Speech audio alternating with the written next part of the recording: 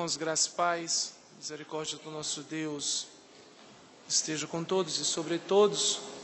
Por ocasião da contusão do pastor Itamar, nós estamos aqui, ele está dodói, né? E a gente sempre diz assim, quando o pastor está contundido, os auxiliares aparecem. Esteve com vocês o reverendo Cláudio pela manhã, que está agora à noite no campo da congregação presbiteriana, lá em Cajazeiras, celebrando a ceia do Senhor.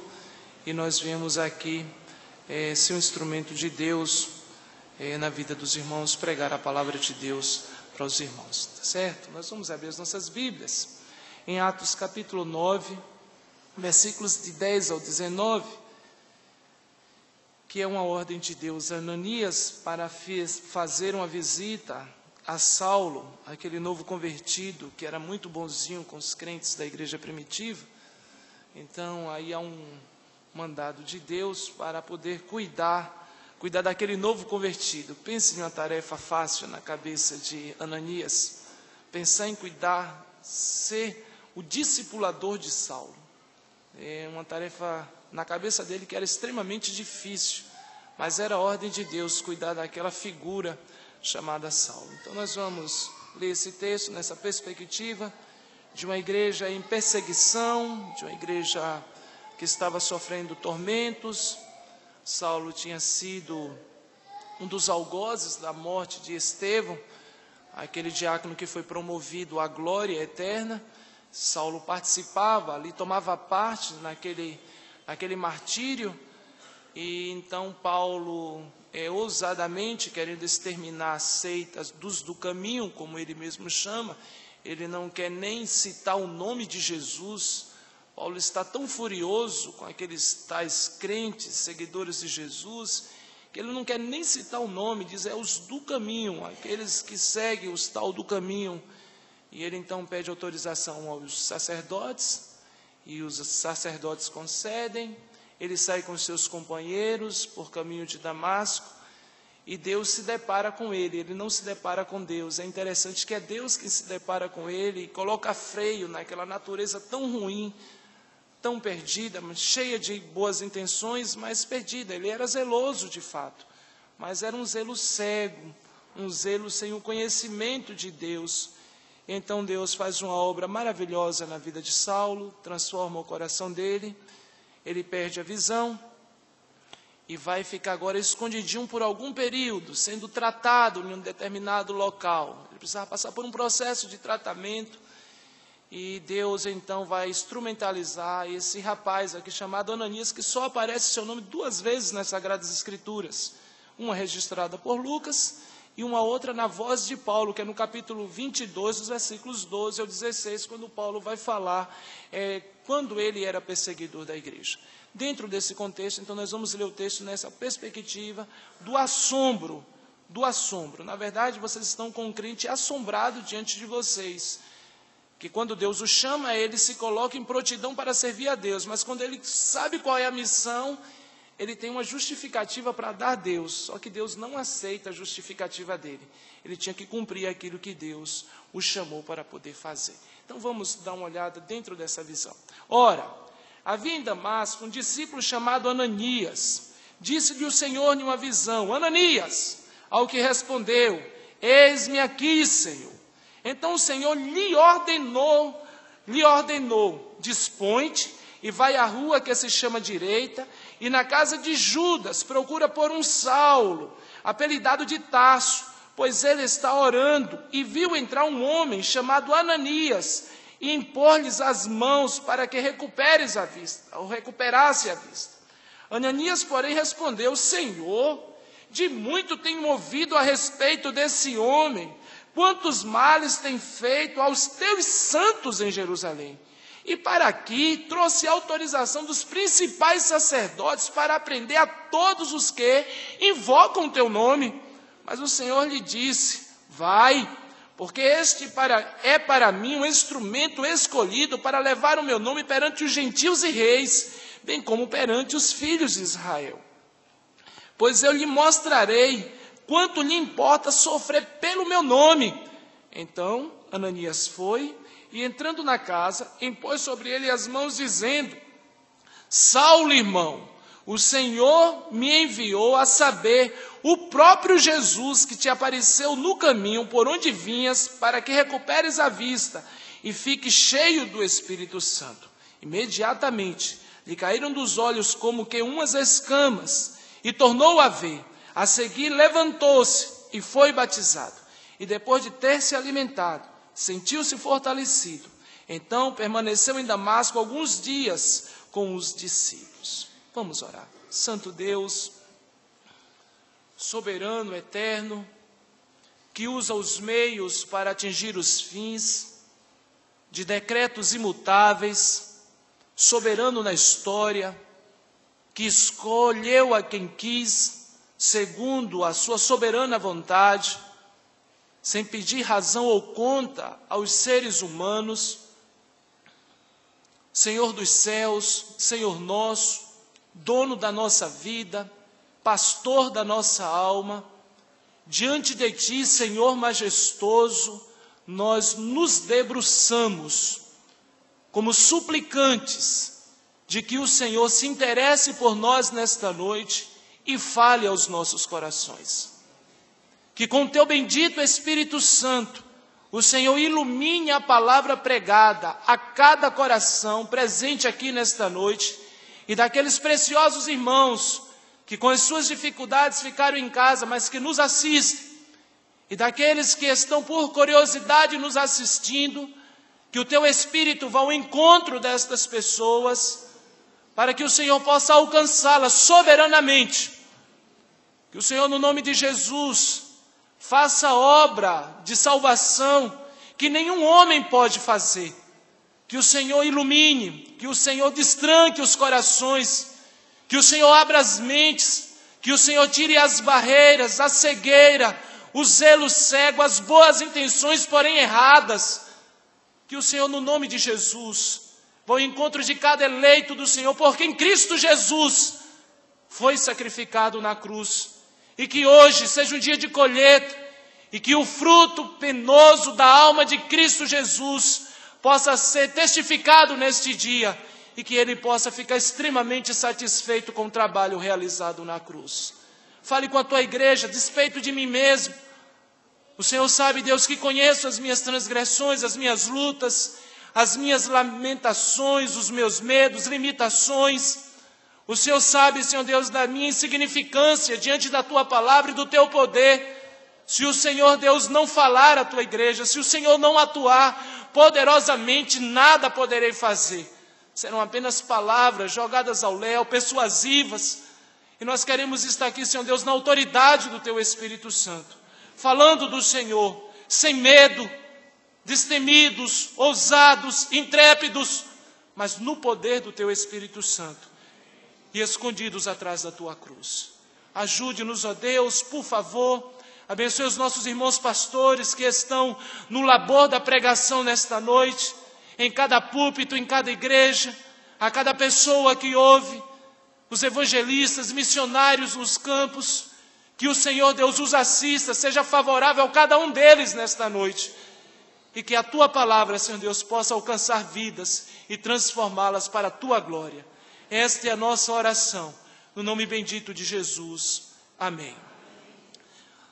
No século XVII, um pastor reformado foi procurado por uma senhora após o culto. Ele falava sobre a soberania de Deus, os decretos eternos de Deus, e aquela senhora, extremamente empolgada, abraçou o pastor na porta da igreja e disse para ele: pastor, preciso falar com o senhor, porque durante a sua pregação eu descobri uma verdade que tem mexido comigo, e eu não posso ir para casa dormir sem falar essa verdade para o senhor. E o pastor deu atenção a quase toda a igreja, disse: então me aguarde um pouco, minha preciosa irmã. E aquela senhora de aproximadamente 80 anos esperou pacientemente, como da idade de algumas. E após então aquele saudar do pastor a todos, o pastor se lembrou dela lá no canto e disse: pronto, minha irmã, então me fale o que foi que a senhora descobriu durante a pregação. Ela disse: pastor, o senhor falava sobre soberania de Deus, decretos eternos de Deus, que Deus escolheu o homem antes da fundação do mundo, e eu descobri porque Ele me escolheu antes da fundação do mundo. E o pastor se interessou pela conversa da senhora e disse: minha irmã, por que Deus lhe escolheu antes da fundação do mundo? Ele disse: olha, pastor, se Deus deixasse eu nascer, depois de tantas coisas ruins que eu já fiz, por certo Deus não me escolheria. Essa é uma visão humana que tem uma certa lógica, mas que não se aplica de maneira completa, porque Deus é livre e Ele escolheu se nós termos feito mal ou bem, mesmo sabendo que nós íamos praticar o mal. Essa é uma verdade. Mas quando a gente olha para sujeitos como Paulo, minha irmã Iraci, às vezes a gente fica com essa impressão, que se Deus deixasse para escolher Paulo depois do nascimento de Paulo, Deus não escolheria não. Porque Paulo era um sujeito extremamente difícil no seu lidar com os crentes. Paulo não suportava crentes, Paulo odiava crentes. A expressão, só para vocês terem uma ideia, a expressão respirando, no versículo 1 do capítulo 9, é uma expressão que no grego dá a ideia de estar bufando de raiva. É a ideia de um animal que está para se colocar, se lançar contra a sua presa. A ideia de Paulo era esganar, destruir, desfacelar aquela seita que estava trazendo transtorno na visão dele àquele império. Paulo ficou extremamente irritado com o crescimento daquela igreja e pelo não cessamento daquela igreja após a morte de Cristo Jesus. Porque após a morte de Jesus até a ascensão, haviam aproximadamente 120 reunidos naquela casa, naquele tabernáculo. Depois Pedro faz uma oração cheia de Cristo, completamente cristocêntrica, acusando os judeus, irrompe o poder de Deus sobre aquele auditório, e os homens ficam acuados pela pregação do evangelho da graça, a tal ponto, deles procurarem os discípulos e os apóstolos e perguntar: e o que faremos agora? O evangelho de Deus me acuou, o que eu faço? Qual a resposta que dou? Essa é a visão de evangelho. E ali há um acréscimo na igreja estrondoso. A igreja começa a tomar uma proporção muito grande diante das perseguições. Ananias, o irmão do contexto, o discípulo, estava assistindo tudo isso. Ele estava enxergando tudo isso. Que aquele bom moço chamado Paulo, aos olhos dele mesmo, estudante da palavra de Deus, que estudou aos pés de um dos maiores mestres da sua época, chamado Gamaliel, um homem versado, extremamente capaz, de uma cultura refinada, deu a Paulo todo o embasamento no grego, no hebraico, no aramaico, nas ciências da época. Paulo era extremamente culto e bem colocado. Um judeu extremamente zeloso pelo que fazia. Diria então Martin Lloyd Jones, sincero, porém errado. Sincero, porém errado. Havia um zelo, um desejo de preservação, que não era o desejo de Deus, porque Deus não estava destruindo. O Senhor estava reconstruindo, estava reconciliando consigo o mundo através de Cristo Jesus. Só que Paulo não enxergava isso. No capítulo 5 de Romanos, ele vai exatamente falar sobre a justificação e esta reconciliação, agora a partir do ponto de vista de um homem iluminado pelo Espírito Santo de Deus. O criminoso está ali, diante dos olhos de Ananias, é essa visão que ele tem. O homem sanguinário está ali. A visão dele não é em momento nenhum romântica com relação a Paulo. Não. Ele está olhando do ponto de vista de um crente que estava sendo escorraçado, que estava, por certo, trancafiado dentro da sua própria casa, com medo, sabendo que estava vindo uma tropa, e essa tropa vinha para pegar todo mundo que encontrasse pelo caminho. Era temor natural, que poderia estar passando no meu coração se estivesse lá e no seu coração. É um medo natural. Ele está encurralado, como muitos outros irmãos estavam encurralados. Deus então aparece na história e então chama esse certo discípulo e chama pelo nome e diz: o Senhor, disse-lhe o Senhor em uma visão, Ananias. E ele, sem saber o caráter da missão, então ele mostra prontidão. Pense em um cara que pulou a ouvir a voz de Deus e diz: estou aqui. Eu estou aqui.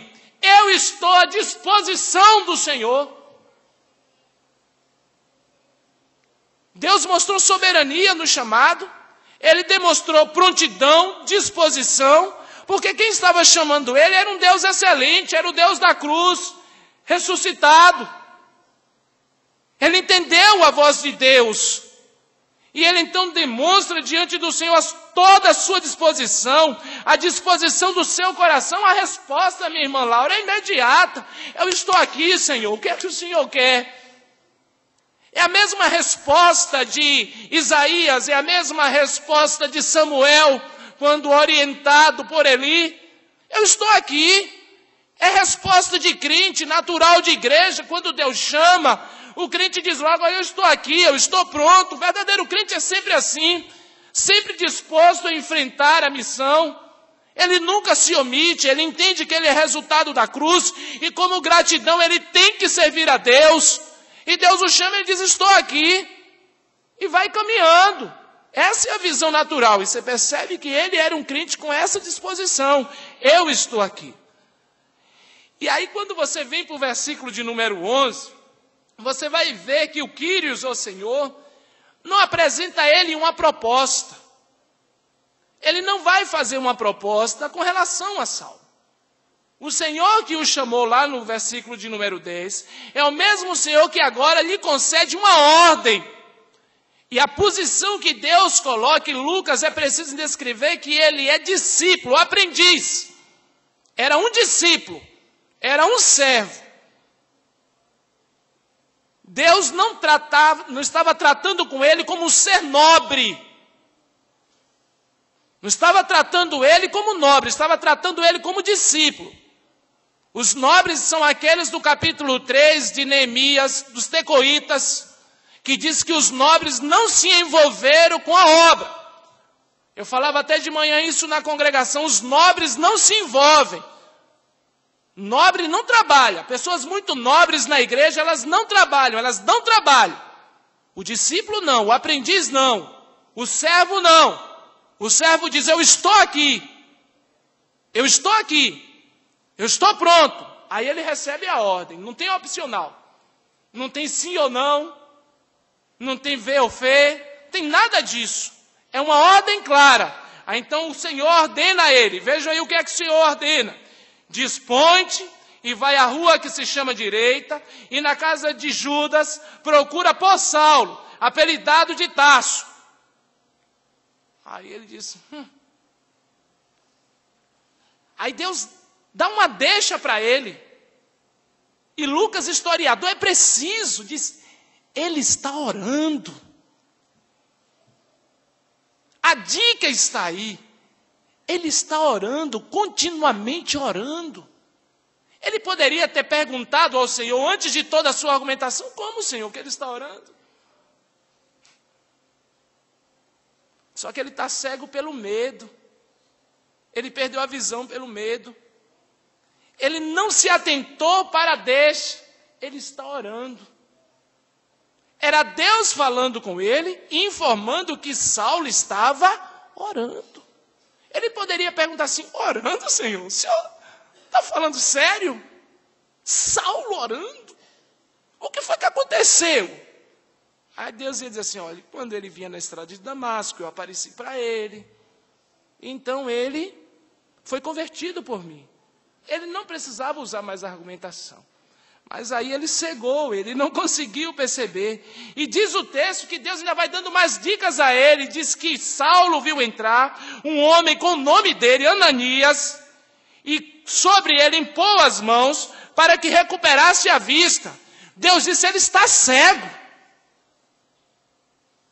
Olha, o homem sai de lá, de Jerusalém, aproximadamente 250 quilômetros, com a sua tropa, seus companheiros, veio enxergando, está orando, viu um tal Ananias entrar, impôs-lhe as mãos, e Deus diz, está cego, está impossibilitado, ficou deficiente,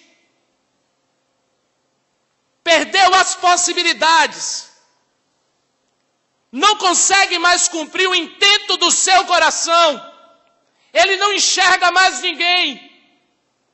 Eu botei um freio nele, Ananias. Eu interrompi a história dele. Agora ele está lá submisso a mim, esperando você como instrumento. Ele está aguardando que você cuide dele, que você zele por ele, que você aconselhe ele, que você cuide dele, que você coloque ele sobre o seu colo, que você dê o primeiro leite espiritual a ele. Ele está esperando por você. E você precisa cuidar dele. Ele está na casa de Judas. Chegue lá e procure por ele. Ananias está cego. Ananias não consegue enxergar que um eleito remido é motivo de alegria para o coração de Deus. É alegria para o coração de Deus. E que Deus não mede esforços para buscar os seus eleitos. Porque o preço de um eleito é a morte de Cristo Jesus. E não depende da visão do homem, do que o homem pensa, depende do que Deus quer, do que Deus projetou. E as Escrituras Sagradas dizem que os propósitos de Deus não podem ser frustrados. Ele vai buscar, como bom pastor, como santo, clemente, ele vai buscar por causa das suas grandes misericórdias. Mas ele vai na direção do eleito. O eleito pode não ir na direção dele, mas ele sempre vai na direção do eleito. Sempre. O maior interesse de Deus é pelos seus eleitos.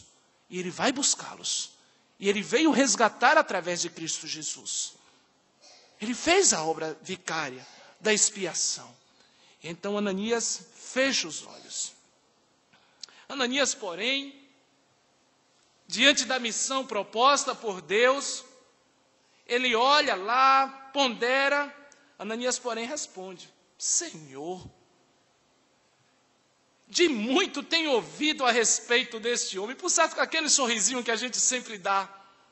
De muito eu tenho ouvido a respeito deste homem. Quantos males ele tem feito aos teus santos em Jerusalém. E veja que males está no plural. Paulo não era boa gente. Paulo era um sujeito ruim. Ofendeu aos santos de Deus, na cidade santa de Deus. Muitos tinham trazido notícias ao coração daquele homem chamado Ananias. O seu coração se trancou com relação àquele Saulo. Ele não acreditava na possibilidade que aquele Saulo um dia pudesse ser convertido pelo Senhor. Talvez ele não dobrasse os seus joelhos para orar por aquele Saulo. Ele queria era que Deus pegasse aquele Saulo e decapitasse antes de ser conhecido. Foi depois. Mas ele queria que fosse antes. O desejo dele era que Deus livrasse os seus santos em Jerusalém das mãos daquele assassino, daquele homem sanguinário. Era o desejo dele, porque era um homem de personalidade difícil, natureza difícil com relação à igreja de Deus. Em outras palavras, era perseguidor. Ao estudar esse texto, eu lembrei de um menino chamado Hélito, pastor hoje em Unas, colega, gente boa, muito engraçado, por sinal. Eu estudei na Igreja Presbiteriana Moriá, ali no seminário, e nós tínhamos um vizinho muito difícil. Até para dar aula de seminário era difícil, muito difícil. E o Wellington Aquino, com aquele jeitão dele, um dia foi dar uns conselhos ao pastor da igreja, como orar por aquele vizinho. E o pastor José Erivaldo, cabelo de fogo, como alguns conhecem, então deu atenção ao Wellington. O Wellington, então, no meio da turma, com o jeitão dele, e disse: olhe, pastor, o senhor ore da seguinte forma: ó Senhor, salva e leva. Assim, bem sério. Talvez esse fosse o desejo de Ananias. Ó Senhor, salve e leva. Vamos se livrar desse homem. O coração dele estava fechado, estava trancado. Ele tinha argumentação, ele vai ter as notícias, e por isso ele está escondido. Versículo 14, ele diz: e para aqui trouxe a autorização dos principais sacerdotes, para prender a todos os que invocam o teu nome. Ele faz males lá, agora ele quer fazer mal aqui. Ele pode estar se camuflando na igreja, ele pode fingir que está orando. Talvez seja um daqueles criminosos que matou alguém e agora quer se esconder no seio da sua igreja. Aquelas pessoas que muitas vezes a gente faz juízo precipitado, que a gente não acredita na conversão e passa a nossa vida toda duvidando da conversão do outro. Era assim que o coração de Ananias estava, cheio de incredulidade com relação à conversão de Saulo. É como se convertesse na igreja uma adúltera, uma prostituta, e ela estivesse sentada do lado do seu esposo, ou do sexo oposto sentada do lado do seu marido. Imagine como ficaria o seu coração, ou o assassino do seu filho, agora congregando na mesma igreja, e Deus lhe dizendo assim: olhe, o assassino do seu filho precisa da sua atenção. Você vai cuidar do assassino do seu irmão, do seu pai. Você vai pastorear ele, você vai impor as mãos sobre ele. Você vai exercer o perdão sobre a vida dele. Tarefa fácil, irmãos? Tarefa fácil? Ananias tem argumentação. Pergunto à igreja: o que está errado na argumentação de Ananias? Qual o ponto que ele se equivocou na conversa dele com Deus? Nenhum, irmãos. Ele descreveu Saulo. Ele conhecia Saulo. Ele sabia quem era Saulo. Ele desconheceu foi o poder de Deus para transformar todos os corações, de tirar os corações de pedra e colocar um coração sensível à palavra dele. Foi a única coisa que ele perdeu a visão. Com relação ao homem ele estava certo. Ele estava errado com relação à visão do poder de Deus. Que Deus não se guia por vista. Deus não faz o que eu quero, Deus faz a vontade dele.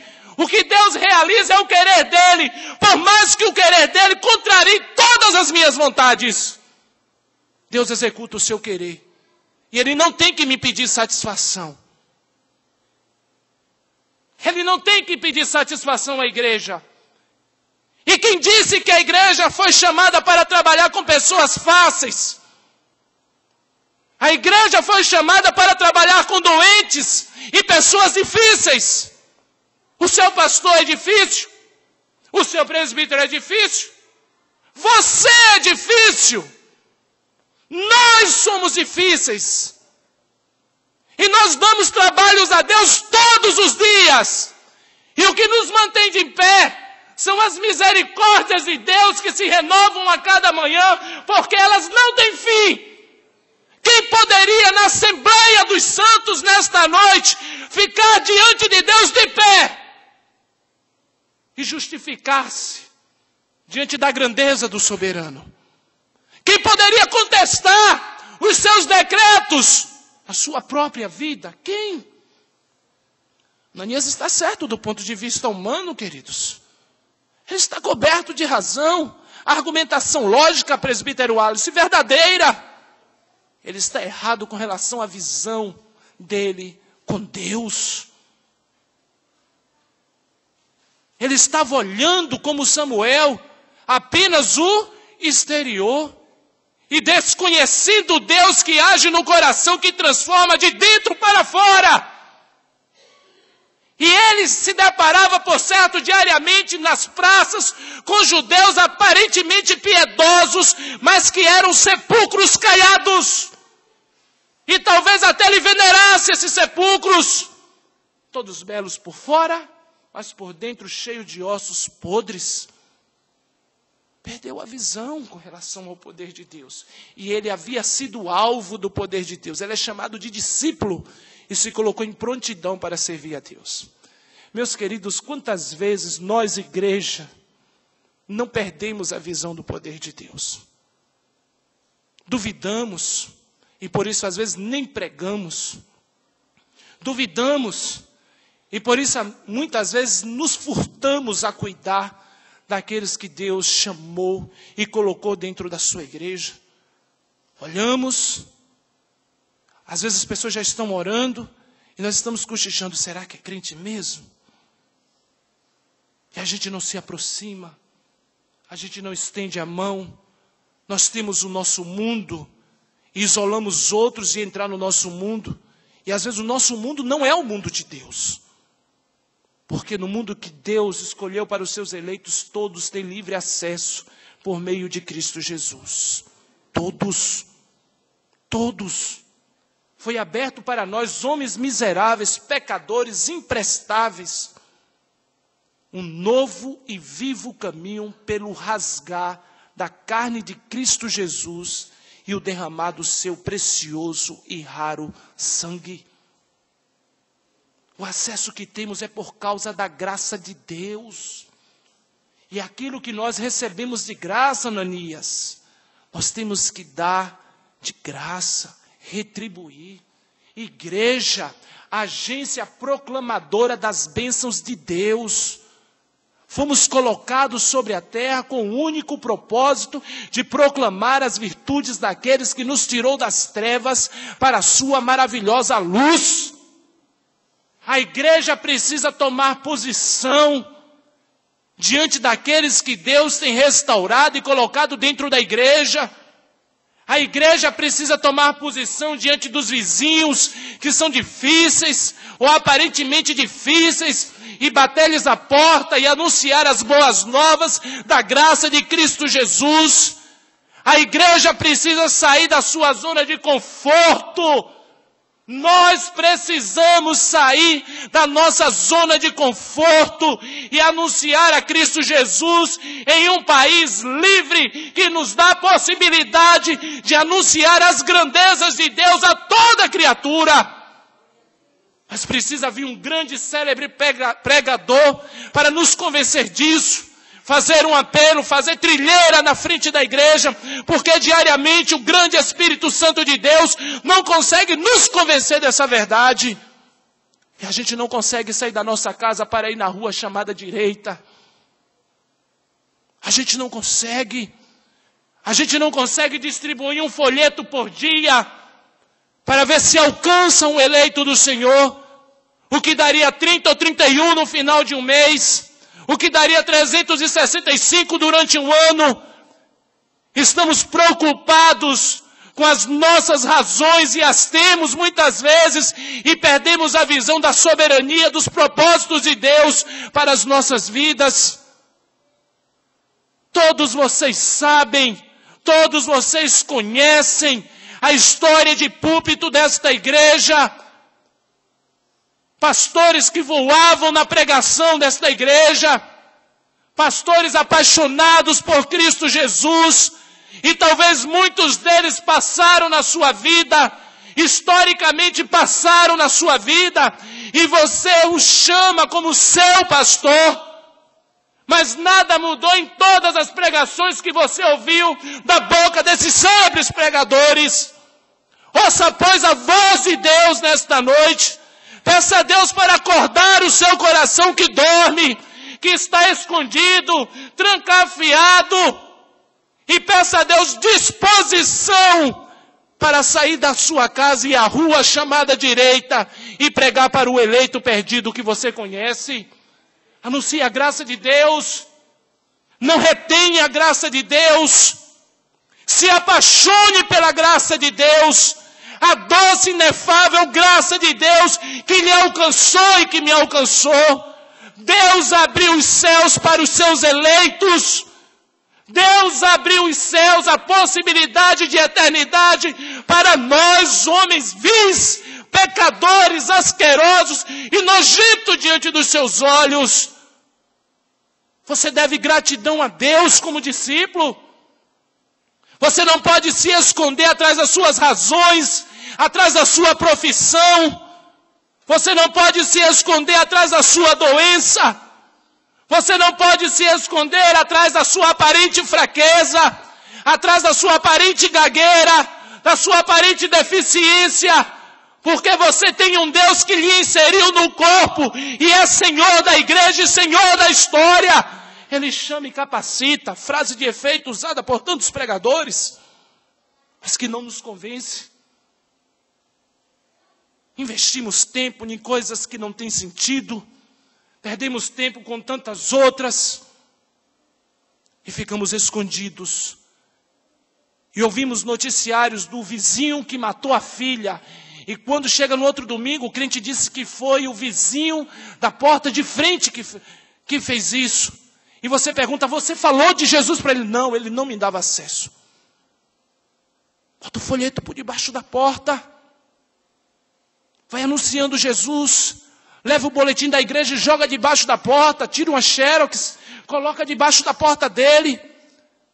Vai dizendo onde fica a igreja presbiteriana, na Rua da Mangueira, número 17, quem são os pastores. Fala que tem um programa de televisão. Vai minando ele. Vai abraçando ele, mas não se furte de impor as suas mãos sobre aqueles que Deus colocou sobre a sua responsabilidade. Eles estão cegos, eles têm como que escamas sobre os seus olhos, e eles vão padecer as mesmas coisas que vocês no futuro. Mas o Senhor lhe disse, vai, porque este para mim é um instrumento escolhido. Não me importo com a sua opinião, Ananias. Eu muito estou preocupado com as suas razões. É isso que Deus está dizendo aí. Ele para mim é um instrumento escolhido para levar o meu nome perante os gentios, bem como perante os filhos de Israel. Eu tenho um propósito muito maior do que as suas razões, Ananias. O meu propósito sobrepuja as suas razões. Quantas vezes nós estamos pegando argumentações em causa próprias, queridos? A gente sempre tem uma justificativa para não fazer a obra do Senhor. Sempre. Somos morosos, somos lentos. Com tanto de teologia que nós temos nas costas, já diria Moody, nós deveríamos atravessar o oceano a nado e pregar para os perdidos. E às vezes nós não temos disposição nem para ir na rua chamada direita. Temos argumentações fortes, precisas. Nós temos pessoas célebres na igreja em argumentação, não posso, hoje não deu. Hoje, apesar de ser dia do Senhor, mas eu tenho a minha prova de faculdade. Você sabe como é, não é, pastor? Eu já dou dízimo na igreja, eu venho na igreja, na escola dominical, no culto à noite não dá. A gente tem argumentação para tudo. Crente preguiçoso tem argumentação para tudo. Pessoas que não entenderam a graça têm argumentação para tudo, mas quem foi alcançado pela graça não tem argumentação para nada. Ele é sempre devedor. Ele sempre se vê na condição de devedor. Pastor, o senhor me chamou de preguiçoso. Eu falei, não.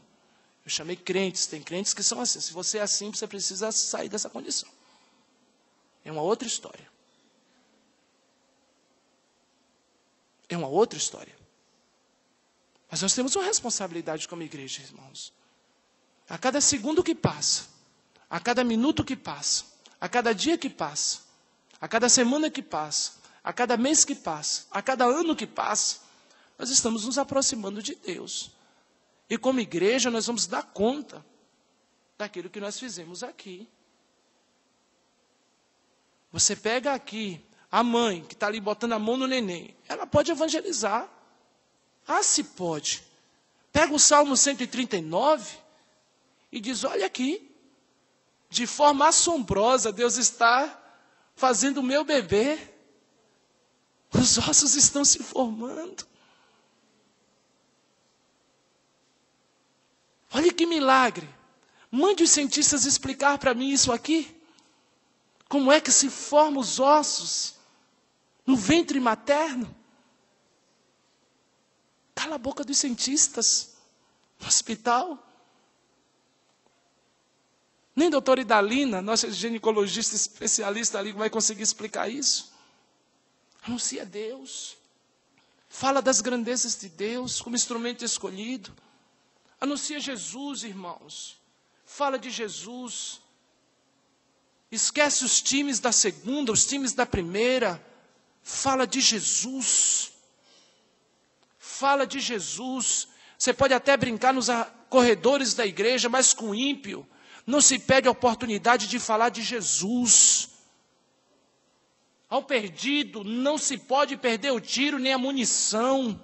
Fala-se de Jesus. O instrumento escolhido está ali. E aí, no versículo 16, o objetivo para a vida do instrumento escolhido. Eu lhe mostrarei o quanto lhe importa sofrer pelo meu nome. Alguns então pegam o texto e diz, o perseguidor passa a ser perseguido. Eu não vou chamar Paulo de perseguidor, porque o perseguidor da igreja é Satanás. Ele é o perseguidor da igreja. Mas Paulo era um instrumento nas mãos do diabo, meus irmãos, isso eu não tenho dúvida. Na sua cegueira, serviu para isso. E você tem tido acesso a muitas pessoas que são instrumentos nas mãos de Satanás, abertamente, escancaradamente.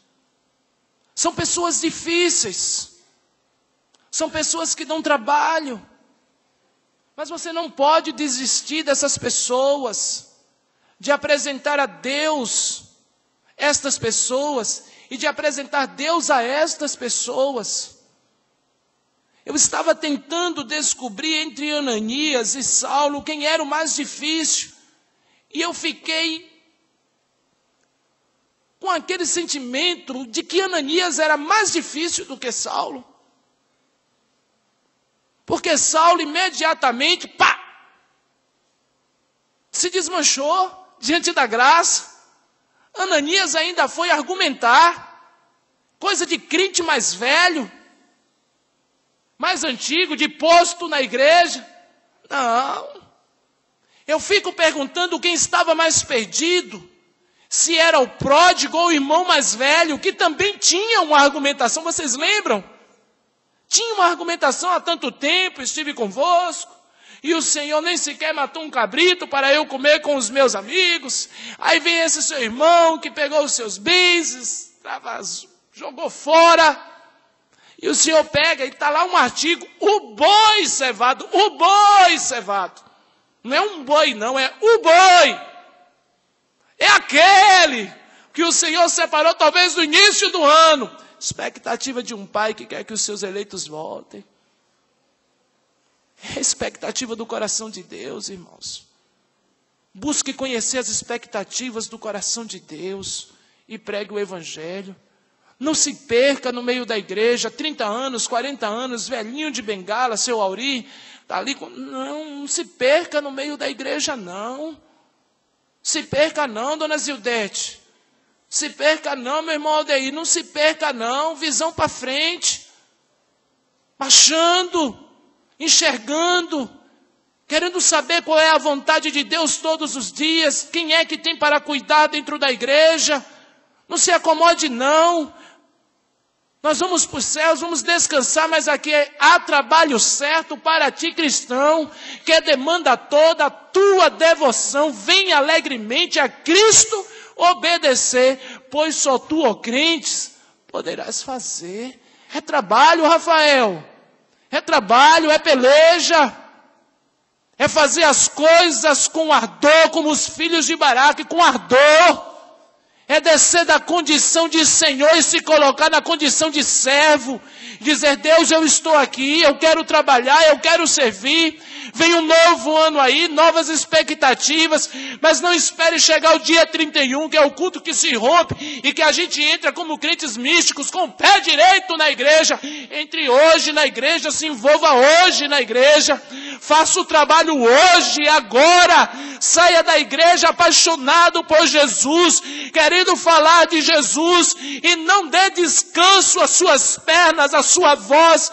Nenhum dia da sua vida fale de Jesus. Fale de Jesus. Escreva cartas para o seu pai incrédulo, coloque lá na frente da televisão. Deixe mensagens impressas para o seu marido descrentes na porta do guarda-roupa. Vá usando os meios, vá anunciando Jesus, vá dizendo de Jesus e deixe Deus então entrar na história.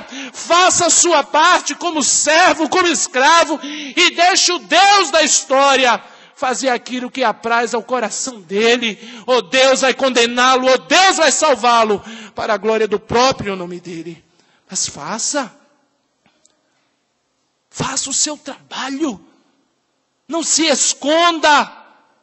Saia da sua casa, disposição para ir aos cultos, quarta-feira, terça-feira, disposição, ore, ao invés de ficar investindo tempo e mais tempo em coisas que são passageiras, ore, seja devoto de Jesus, ame Jesus, o único mediador entre Deus e os homens. Fale de Jesus, só Jesus pode tirar as possíveis escamas dos olhos daqueles que nós achamos pessoas extremamente difíceis. Você não pode, eu não posso, mas Jesus pode. Você acredita nisso? Você crê no poder de Deus ou você vai ficar incrédulo igual a Ananias? Saulo? É mesmo Saulo? Se aproxima de Jesus com plena certeza de fé. Porque Deus pode fazer infinitamente mais do que pedimos ou pensamos. Não desista de orar pelos seus. Não desista de buscar a graça de Deus pelos seus. Por mais difíceis que eles pareçam. Por mais que eles lhe levem a chorar diariamente. Por mais que eles lhe machuquem. Por mais que eles lhe persigam. Não deixe de orar pelos seus. Você sabe orar melhor do que eu, porque você sente mais dor do que eu pelo que eles causam a você. Então ore, interceda, peça a graça de Deus. E o Deus de toda a glória cumprirá perfeitamente todos os seus decretos eternos na vida desta pessoa. Mas faça aquilo que lhe cabe. Deus é soberano, mas Ele não tira a responsabilidade humana. Nós somos responsáveis em pregar o evangelho da graça nesse mundo podre, porque nós somos sal e luz da terra. Que Deus nos abençoe.